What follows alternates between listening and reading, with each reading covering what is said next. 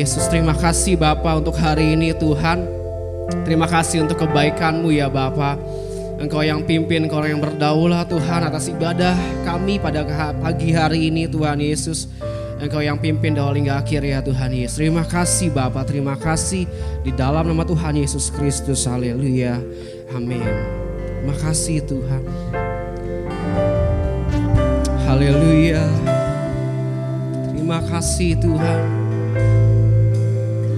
Kita ada hari ini, kita ada di ruangan ini semua karena kebaikan Tuhan. Semua karena kasih setia Tuhan yang begitu besar. Dia yang mati buat kita agar kita dapat hidup yang kekal, agar kita beroleh keselamatan. Haleluya Tuhan. Kami bersyukur. Kami bersyukur ya Yesus. Haleluya, haleluya. Mari datang ke hadirat Tuhan dengan hati yang bersyukur.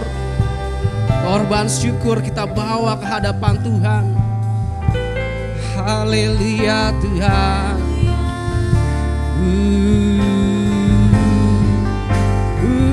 Kami bersyukur. Haleluya, sebab Engkau baik, sebab Engkau setia.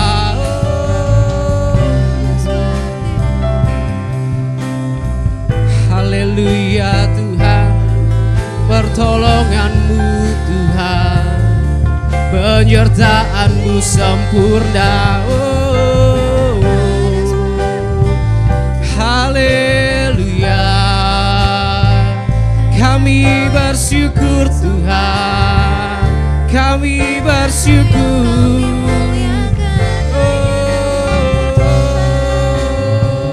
Terima kasih Tuhan buat setiap berkat-berkat-Mu, buat setiap pertolongan-Mu.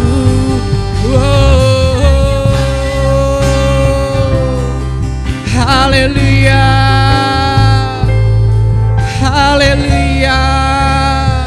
Kami bersyukur Tuhan, kami bersyukur Jesus. Haleluya. Nyata sungguh pertolongan-Mu, nyata sungguh penyertaan-Mu. Jesus, Jesus. Oh, Kau sungguh baik Tuhan, Kau sungguh baik.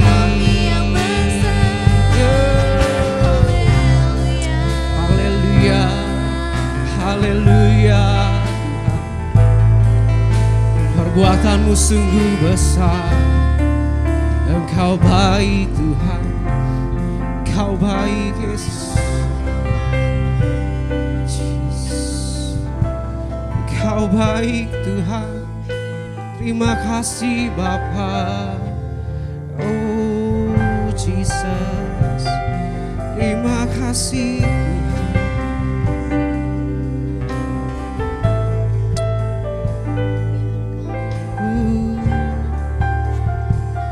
Sungguh besar,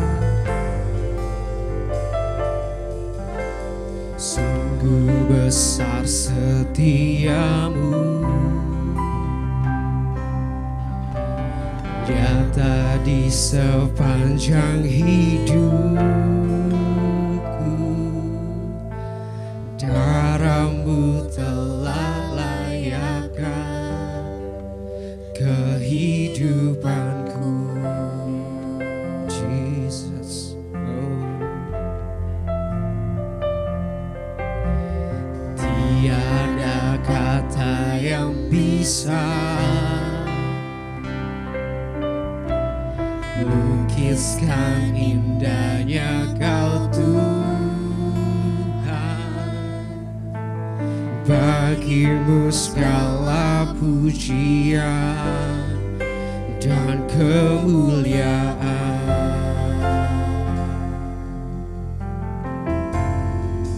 Ku tinggikan Engkau Tuhan melebihi segalanya,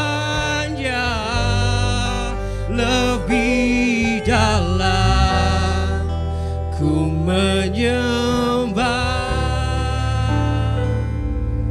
Dalam roh dan kehendak ku tinggikan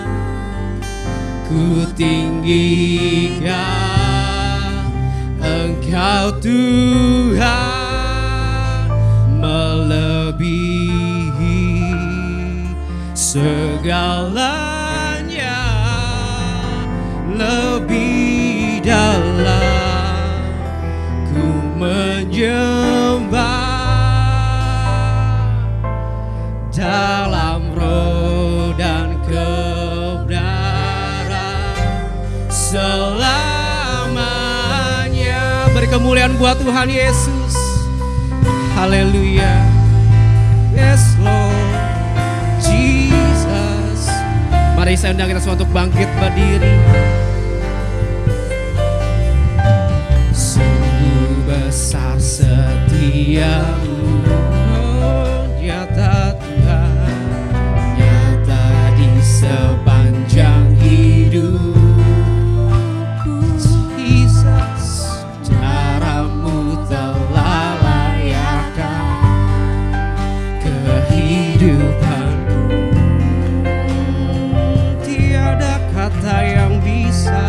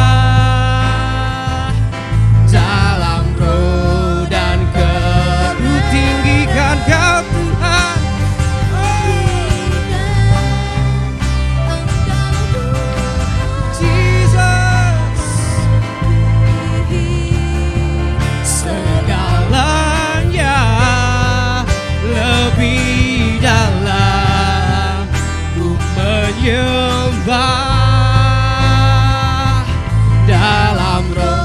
Lebih tinggikan Dia, ku tinggikan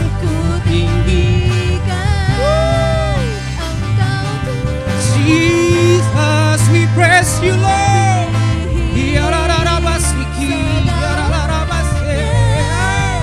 Lebih dalam ku menyembah.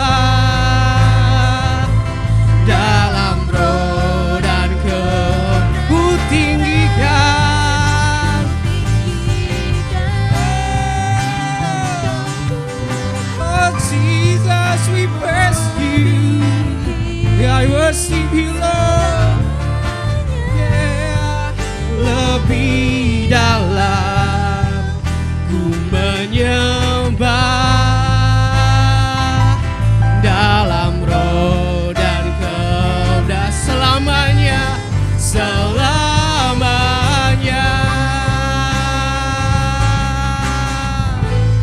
Oh, haleluya Tuhan, kami sembah Engkau selamanya, Engkau selamanya Tuhan. Haleluya, haleluya. Jesus,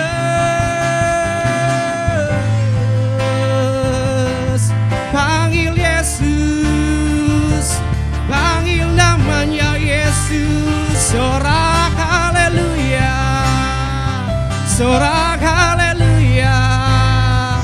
Kemuliaan bagi Allah di tempat yang maha tinggi. Oh,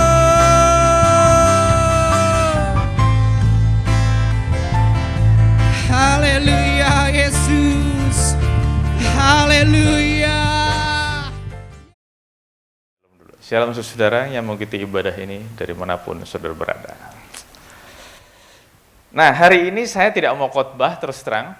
Bukan tidak mau ya, saya berdoa dan saya begitu banyak bahan seperti yang saudara tahu. Saya begitu banyak bahan di kepala saya yang mau saya bagikan kepada saudara.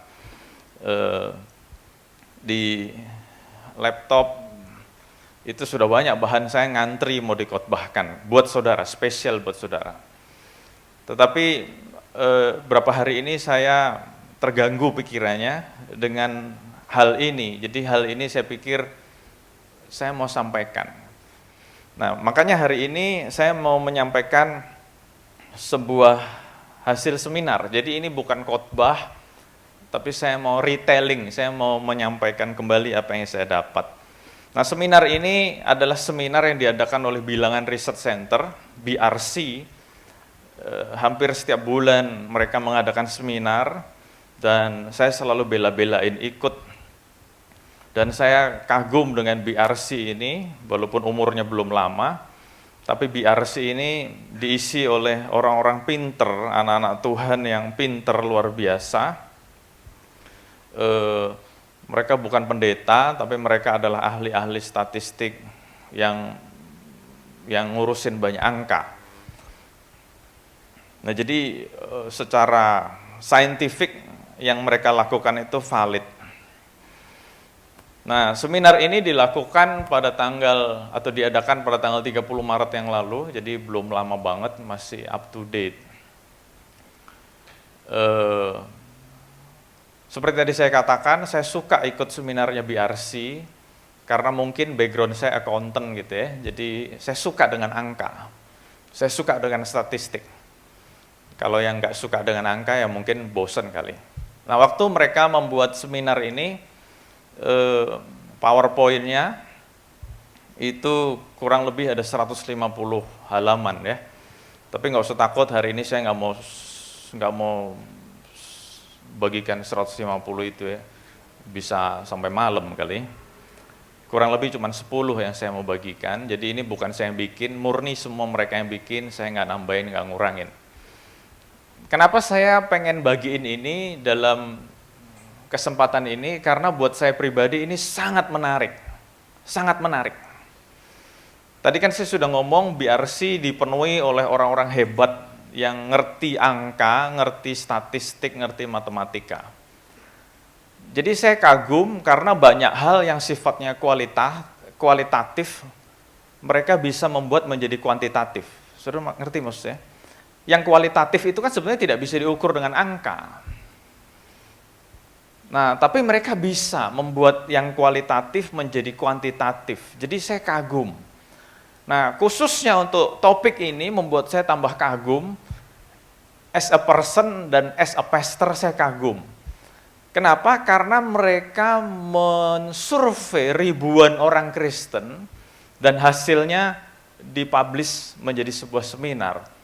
Dan ini adalah sebuah tema, sebuah judul yang dari dulu saya sebetulnya pengen tahu Tuhan seberapa intim saya dengan Tuhan. Dan itu sebagai pribadi ya. Dan sebagai pastor, saya pengen mengukur sebetulnya seberapa intim saudara-saudara, jemaatnya Hope Church, seberapa intim saudara dengan Tuhan. Nah, ini saya nggak bicara ini menjadi ajang penghakiman, enggak. Tapi waktu saya belajar ini dan saya harap saudara juga menerima hal yang sama dan meresponi yang sama. Kalau nanti saudara melihat ada hal-hal yang masih kurang, yuk kita sama-sama perbaiki. Yang setuju katakan yes. Jadi sama sekali tidak ada maksud untuk menghakimi. Tapi ayo kita maju sama-sama. Ya. Nah, jadi saya kagum sesuatu yang kualitatif bisa dibikin kuantitatif oleh mereka. Kan kalau dulu saya hanya berpikir, atau kita semua berpikir, keintiman dengan Tuhan mana bisa diukur sih? Ya enggak? Keintiman dengan Tuhan bisanya dirasain aja gitu kan ya. Dan betapa intim saya dengan Tuhan, saudara-saudara nggak tahu kan? Nggak ada yang tahu. Jadi urusan keintiman dengan Tuhan bicara sangat personal dan bicara sangat subjektif. Kalau saya berasa, saya dekat kok sama Tuhan, tapi ternyata cuma berasa-berasaan aja gitu kan. Nah jadi saya kagum dengan apa yang ditemukan oleh BRC ini, bagaimana mengukur keintiman dengan Tuhan. Jadi sekali lagi, as a person saya senang banget waktu dapat seminar ini, bukan cuma as a person, tapi as a pastor, saya jadi bisa dapat gambaran, oh sebenarnya gereja yang Tuhan percayakan buat saya gembalakan ini sudah intim belum sama Tuhan. Keintiman spiritual. BRC menggunakan ayat dasarnya dari Yohanes 14 ayat 20-21. Pada waktu itulah kamu akan tahu bahwa aku di dalam Bapa-Ku dan kamu di dalam aku dan aku di dalam kamu.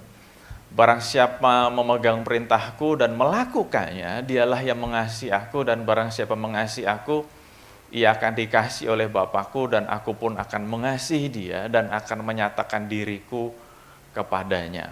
Jadi ayat dasarnya itu, dan di sini ada starting point-nya dengan dua poin ini.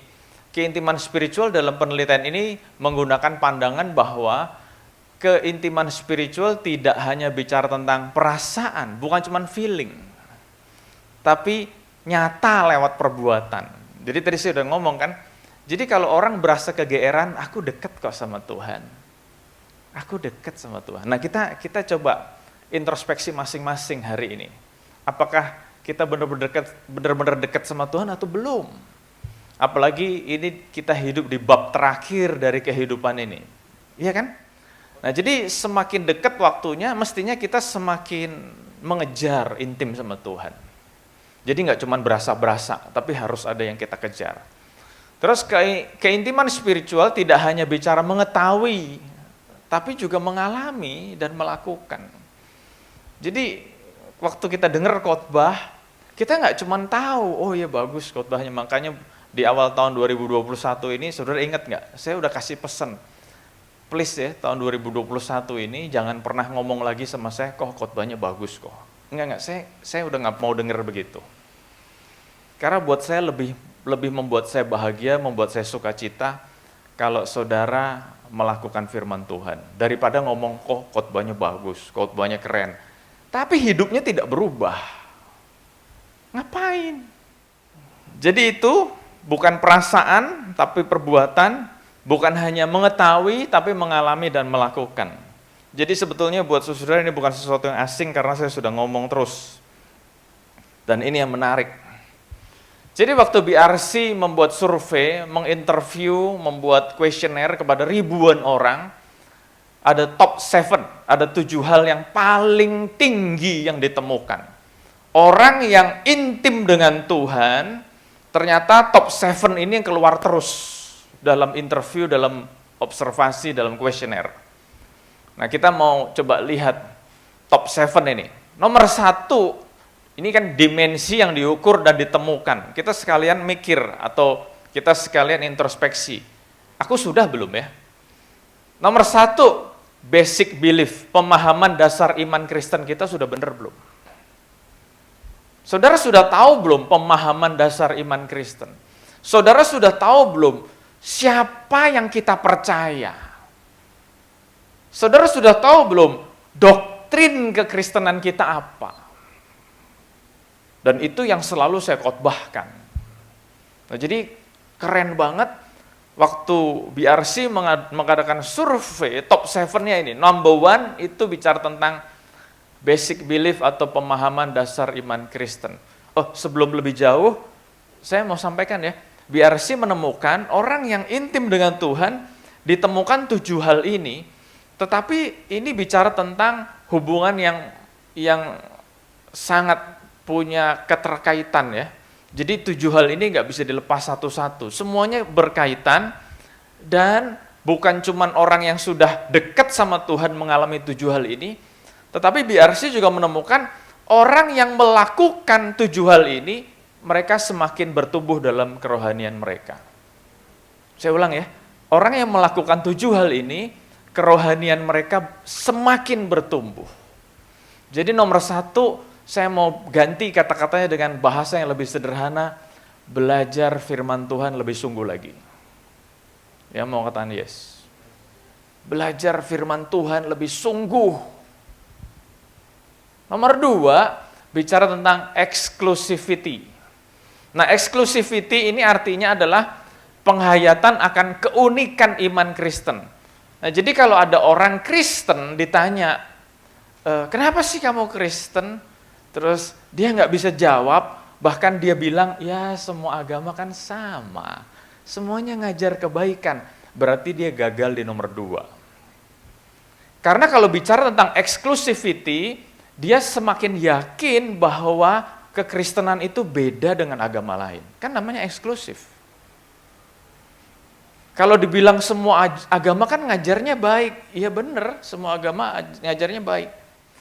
Tetapi kalau bicara tentang eksklusivisme kekristenan adalah hanya di dalam kekristenan kita mengenal Tuhan yang benar. Hanya di dalam kekristenan kita mendapatkan juru selamat yang benar. Itu eksklusif banget. Agama lain tidak mengajarkan itu. Tetapi saya mau katakan, walaupun begini, saya mau menyampaikan kepada saudara-saudara semua, tidak memberi kepada kita hak untuk jelekin agama orang lain. Dan saya menentang orang yang jelek-jelekin agama orang lain. Tapi kalau bicara eksklusivisme kekristenan adalah hanya di dalam kekristenan kita mengenal Tuhan yang benar, hanya di dalam kekristenan kita berjumpa dengan juru selamat kita. Apakah saudara sudah yakin itu? Halo? Nah, kalau nomor 1 saudara udah lulus, nomor 2 saudara lulus, ya boleh tarik nafas sedikit. Ya, 2 hal gue udah lulus. Nomor 3, experience. Pengalaman hidup rohani dalam pertobatan, relasi dengan Tuhan, hasrat kudus, perubahan hati, dan pengalaman memberi dampak. Nah, nomor 1 bicara tentang head. Head. Kita belajar. Nomor 2 bicara head juga. Kita belajar, kita cari. Oh iya, kekristenan eksklusif. Agama lain tidak ngajarin ini, hanya kekristenan. Nah, nomor 3 bicara tentang mengalami, bicara tentang heart. Makanya salah satu doa saya bukan cuma buat saya, tapi buat juga istri dan anak-anak saya, dan juga buat saudara semua. Saya berdoa sama Tuhan, kita semua harus mengalami Tuhan. Karena orang yang kepalanya diisi dengan banyak firman, tapi kalau dia tidak mengalami Tuhan, kayak orang Farisi. Dan hidupnya akan mudah tergoyahkan. Nah, saya kan udah banyak cerita sama saudara kesaksian hidup saya. Betapa saya mengalami Tuhan. Demikian juga saya berdoa supaya anak-anak saya mengalami Tuhan secara pribadi.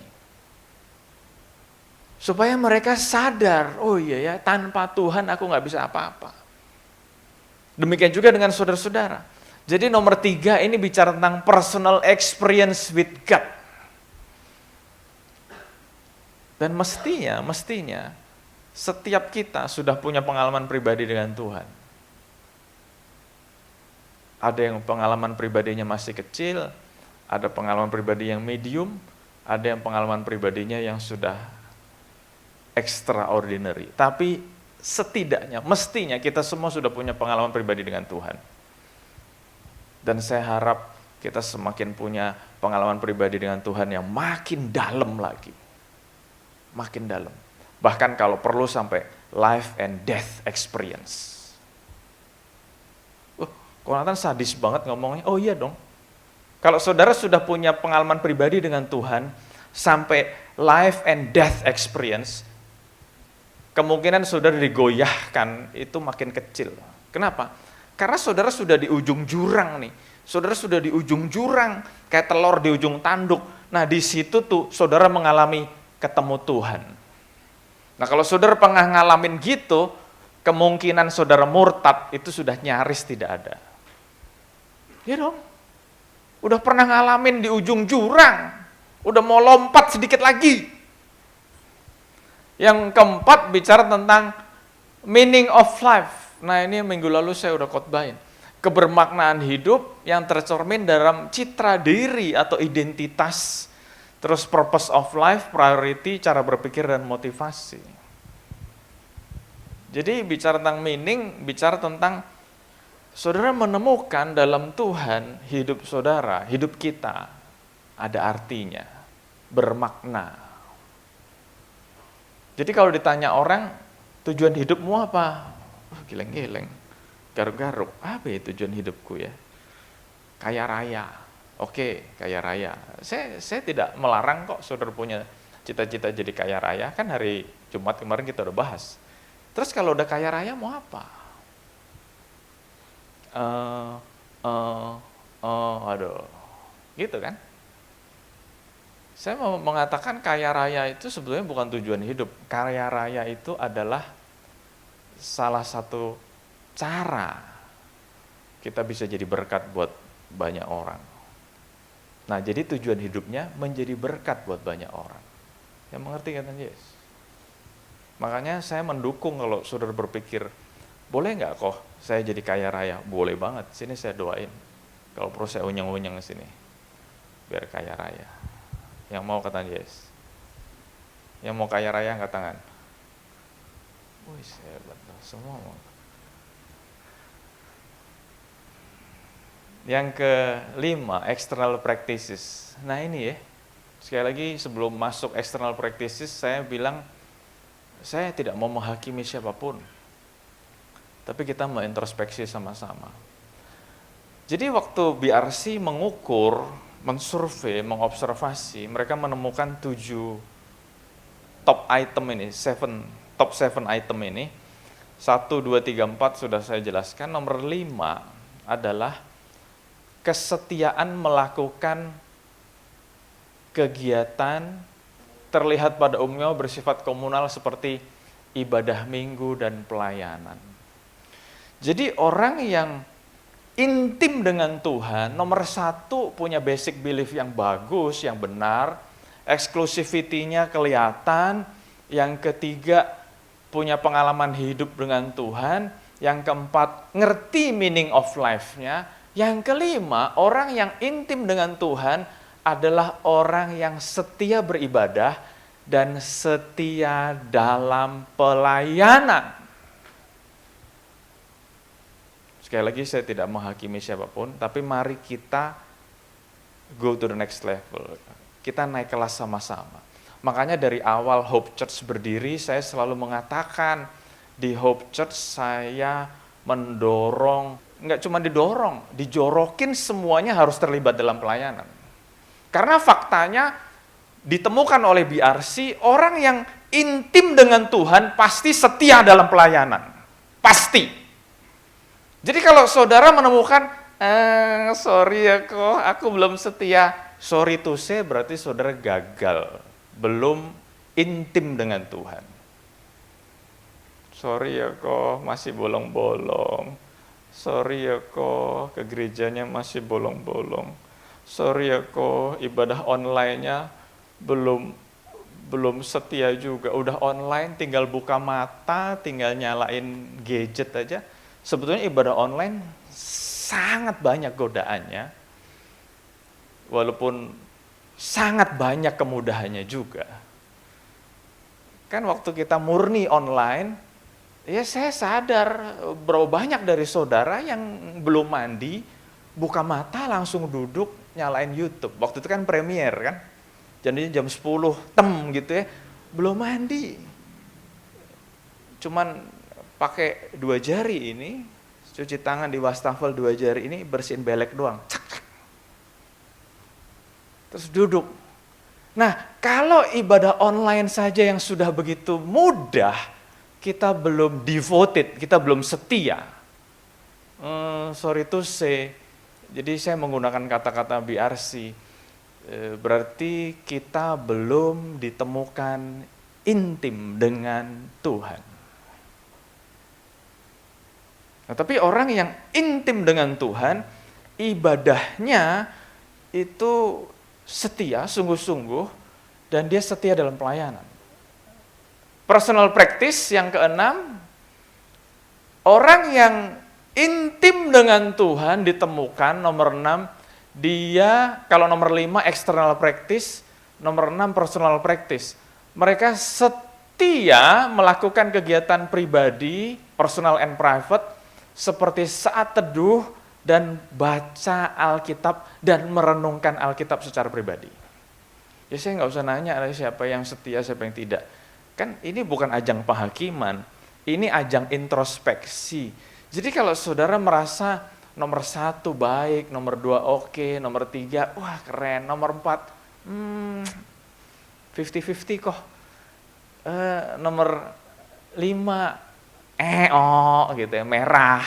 Nomor 6 jebot. Ya, ini sekali lagi ini bukan ajang penghakiman.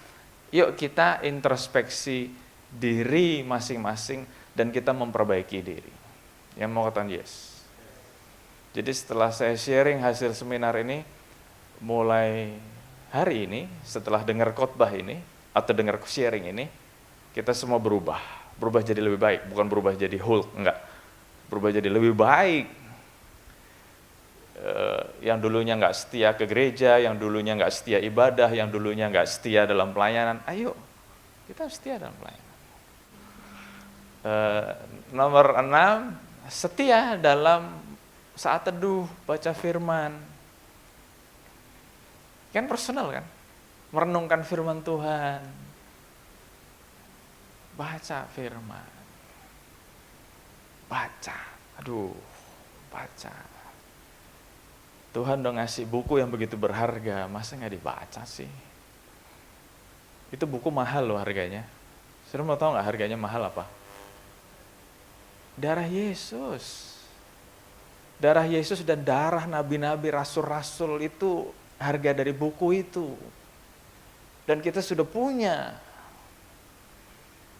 Dan saya yakin kalau saudara ditanya punya Alkitab nggak di rumah? Lebih dari 1, benar nggak? Lebih dari 1. Kagak dibaca, aduh sedih banget sih. Baca dong. Makanya beneran nanti kita akan mulai baca bersama.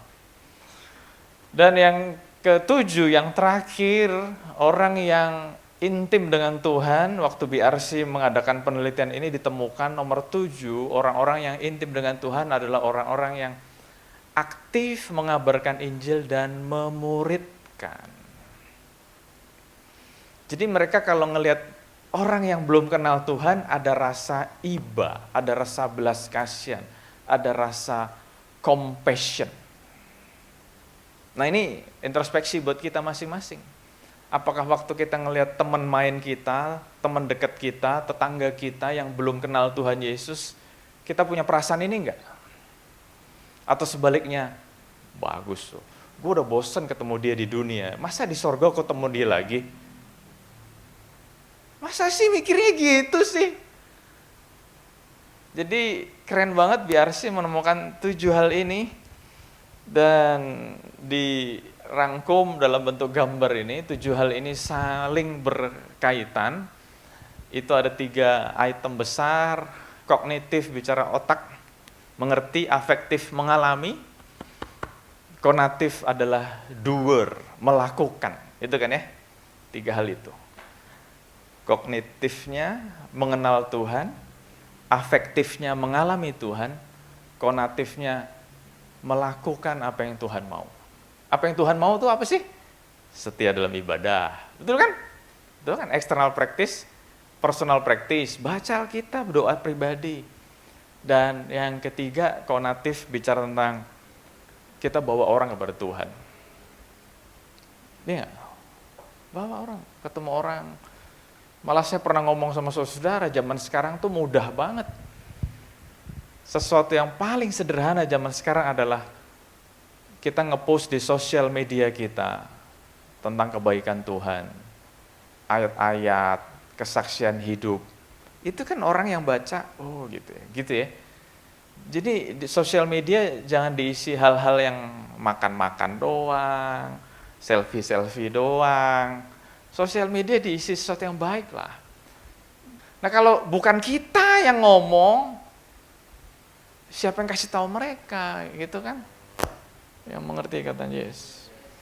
Nah dari 7 tadi, ini saya mau tutup sebentar lagi. Dari 7 tadi, BRC membuat simplify, lebih sederhana. Jadi BRC menemukan dari 7 tadi disederhanakan menjadi PCR. Kan bahasa yang sederhana hari-hari ini kan PCR, tapi ini bukan PCR COVID. Tetapi waktu disederhanakan ternyata PCR ini efeknya signifikan loh, 68,7%. Jadi dari 7 tadi disederhanakan PCR nomor 1 passion, P itu passion, orang yang punya rasa haus akan Tuhan itu mengalami pertumbuhan rohani yang signifikan. Makanya dikatakan passion, ada rasa haus.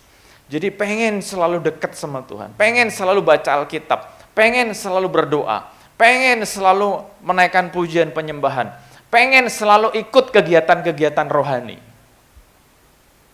Gitu. Sekali lagi kan, ini bukan ajang penghakiman, ajang introspeksi diri. Kalau saudara dipilihkan, dihadapkan dengan 2 pilihan, teman ulang tahun atau pelayanan. Teman ulang tahun aja. Kalau pelayanan kan tiap minggu ada, teman ulang tahun setahun sekali. Waduh, berarti itu membuktikan kita masih belum punya rasa haus dan lapar akan Tuhan. Teman ulang tahun kan bisa ibadah dulu, nanti ke tempat dia, gitu kan? Yang setuju katanya yes.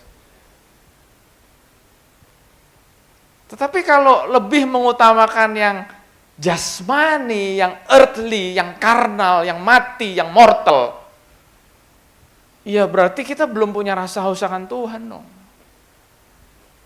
Saya ngomong begini bukan berarti kita nggak boleh ngerayain temen ulang tahun, jangan diartiin gitu ya.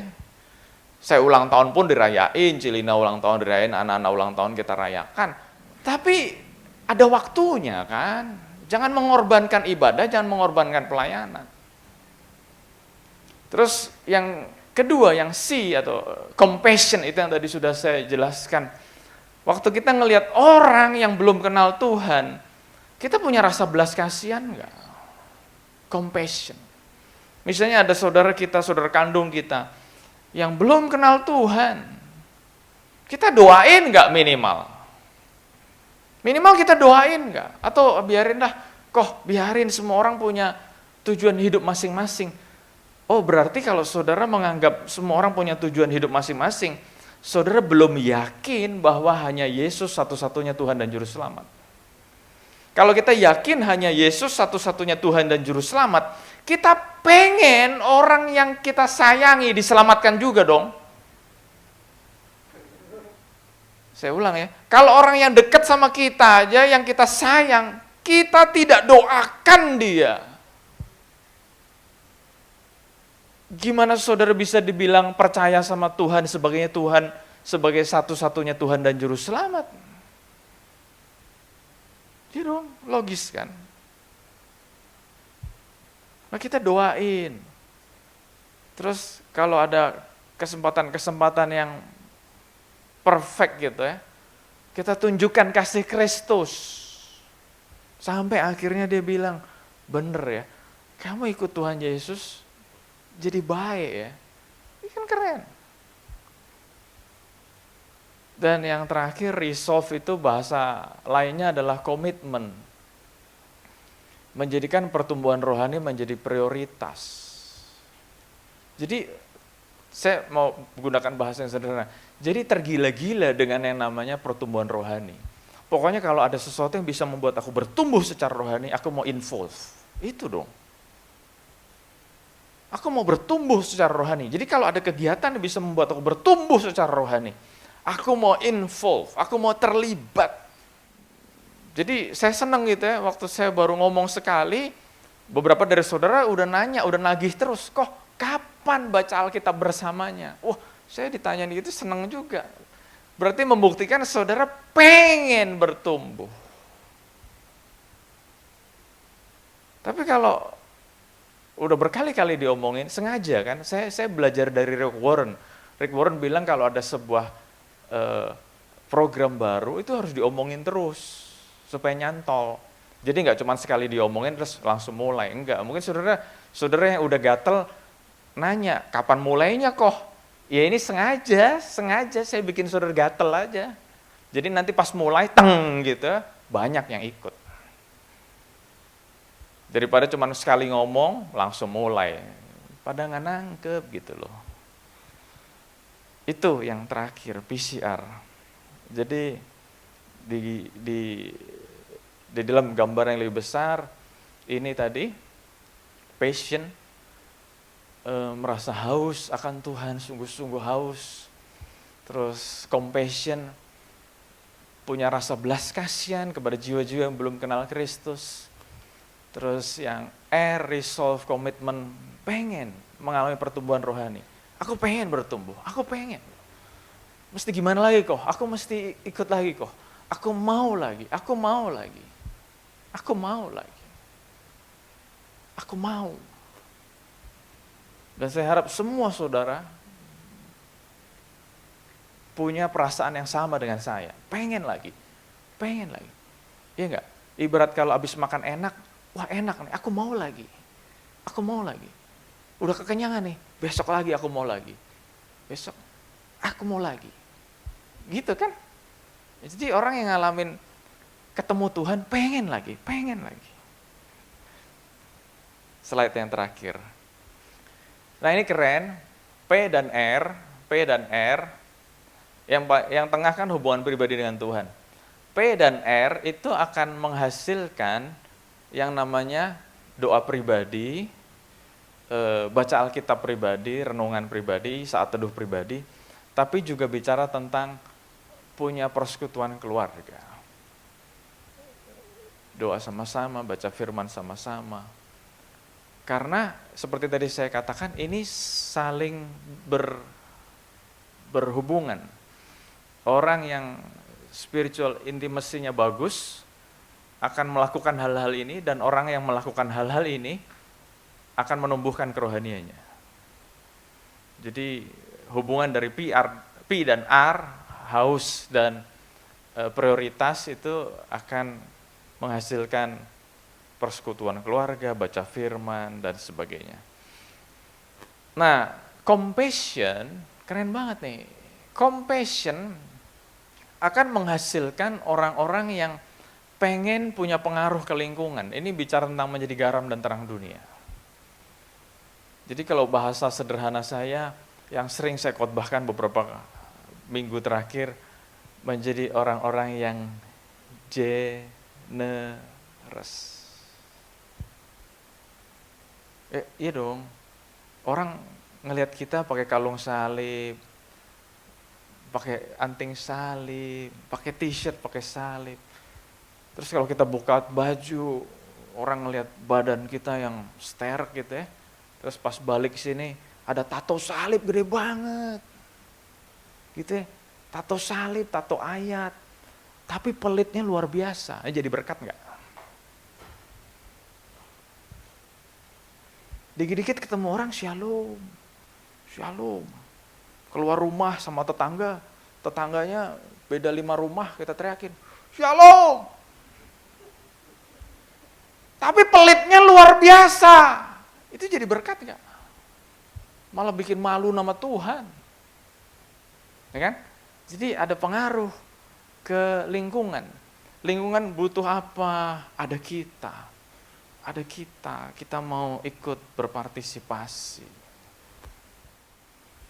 Terus yang kedua tadi udah saya sharingkan, terlibat dalam pelayanan lah, ya. Yang serius lah dalam pelayanan. Ya mau katakan yes. Yang ketiga, tingkat persembahan. Wah ini keren banget ya. Ini bukan saya yang bikin loh, sekali lagi. Ini bilangan. Jadi bilangan menemukan orang yang punya compassion itu, kalau yang tadi nomor 1 pengaruh ke lingkungan, yang ketiga persembahan ke gereja lokal kita. Karena gereja lokal kita juga perlu didukung. Jadi tingkat persembahannya bagus. Jadi saya bersyukur masuk tahun 2021 ini Hope Church semakin mengasihi Tuhan, tapi juga semakin mengasihi gereja lokal kita. Yes, yes. Yang terakhir, orang yang punya compassion adalah orang-orang yang memuridkan orang lain. Nah, topik memuridkan sudah saya khotbahkan beberapa bulan lalu, udah serial. Memuridkan itu apa sih? Gitu ya. Jadi marilah kita bertumbuh bersama. Dan ini harapan saya, doa saya. Walaupun hari ini saya nggak khotbah, cuma cerita, tapi ini doa saya. Semua kita, kalau orang BRC datang, atau mungkin bukan datang, ngasih kita kuesioner, orang BRC akan menemukan 7 hal ini ada dalam every one of us, setiap kita. Dan mereka bisa ngomong, wah Hope Church hebat. Kenapa? Karena semuanya angkanya di atas KKM. 7 hal tadi. Mau? Yes, yuk kita bangkit berdiri, kita siapkan hati kita. Bapak, kami sudah dengar pesan-pesan-Mu, walaupun berupa sharing dari hasil seminar, tapi kami tahu Engkau membukakan paradigma kami. Kalau kami mau sungguh-sungguh bertumbuh di dalam Tuhan, kalau kami mau sungguh-sungguh semakin dekat, semakin intim dengan Tuhan, setidaknya ada 7 hal yang perlu kami lakukan, dan kami sudah dengar hari ini. Aku berdoa Tuhan, Kau jamah setiap kami. Kami bukan hanya sebagai pendengar, termasuk buat aku Tuhan, bukan hanya sebagai yang bicara, tetapi kami semua mau menjadi pelaku-pelaku firman. Kami bukan hanya rajin membaca, rajin mendengar, tetapi kami mau mengalami Tuhan dalam hidup kami. Kami bukan hanya mengalami, bukan hanya rajin, tapi kami mau juga terlibat dalam pelayanan. Kami mau terlibat dalam apapun itu. Karena kami tahu Tuhan, Kau taruh kami di muka bumi ini untuk kami jadi berkat buat banyak orang. Sehingga banyak orang di luar sana, mereka juga boleh mengalami kasih Tuhan. Terima kasih Tuhan, terima kasih Bapa. Gak kebetulan hari ini kami boleh dengar paparan ini, presentasi ini. Karena kami juga akan bersekutu dengan tubuh dan darah Tuhan. Kau sudah memberikan segalanya buat kami. Nyawamu Engkau berikan buat kami, Engkau korbankan, Engkau anugerahkan, Engkau karuniakan buat kami. Supaya kami yang berdosa ini boleh dihapus dosanya. Kami yang tidak selamat ini boleh diselamatkan. Sekarang giliran kami Tuhan, kami mau semakin sungguh-sungguh sama Tuhan. Setiap hari kami mau punya waktu yang khusus, devoted time buat Tuhan.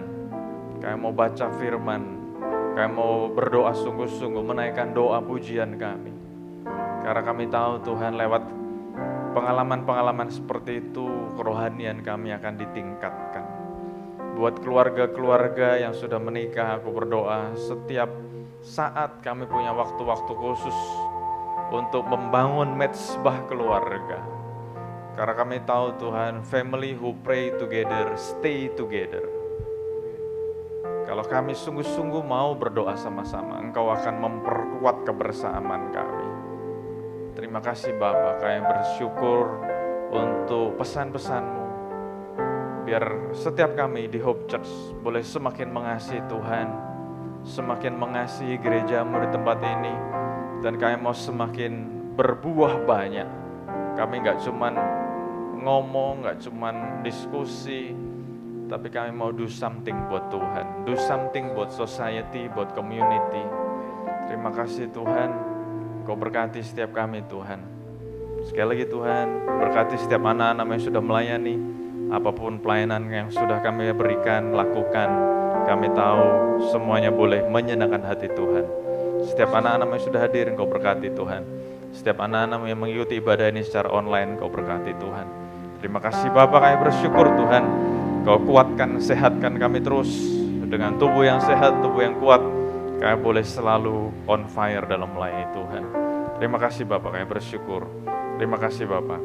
Dan saudara-saudara yang dikasih Tuhan, sebelum kita berpisah satu lainnya, terimalah berkat yang berlimpah-limpah dari Allah Bapa kita. Kasih sayang anugerah dari Tuhan kita Yesus Kristus, dan persekutuan dengan Roh Kudus yang akan terus memimpin, menguatkan, meneguhkan kita. Ada selalu bersama dan kita mulai saat sekarang ini, bahkan sampai selama-lamanya. Dan kita semua yang diberkati Tuhan sama-sama katakan Amin. amin, amin. Tuhan Yesus berkati. Happy Sunday. Memerintah selamanya. Yesus ajaib, ajaib Kau Tuhan, agung dan perkasa, sumber kami, layak berkuasa, memerintah selamanya. Yesus, sebab Kau Raja mulia ya Tuhan.